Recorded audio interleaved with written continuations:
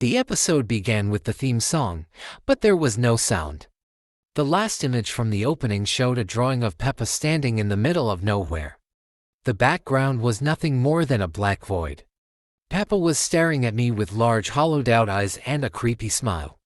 The image stayed on the screen for what seemed like 2 minutes straight. Then, the screen faded to black. Finally, it went to the actual episode. Peppa was sitting on her bed with a somber look on her face.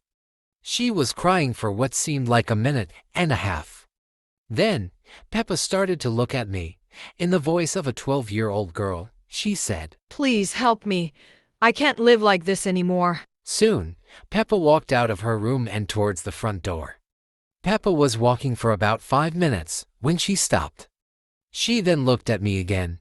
Peppa turned her head away. She then turned around and walked back into her house. Peppa sat down on the stairs crying. I had never seen her this depressed. Soon, George went up to Peppa. Peppa simply said, "Go away." in an angry voice.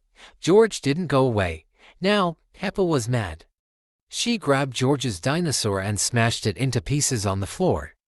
George started bawling and ran downstairs. Peppa then went to her room.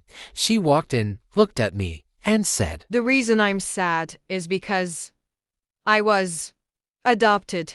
Peppa then started to cry, but this wasn't the way she usually cry. Her crying sounded almost realistic. After that, Peppa grabbed a noose from the closet, then hanged herself, ending the episode.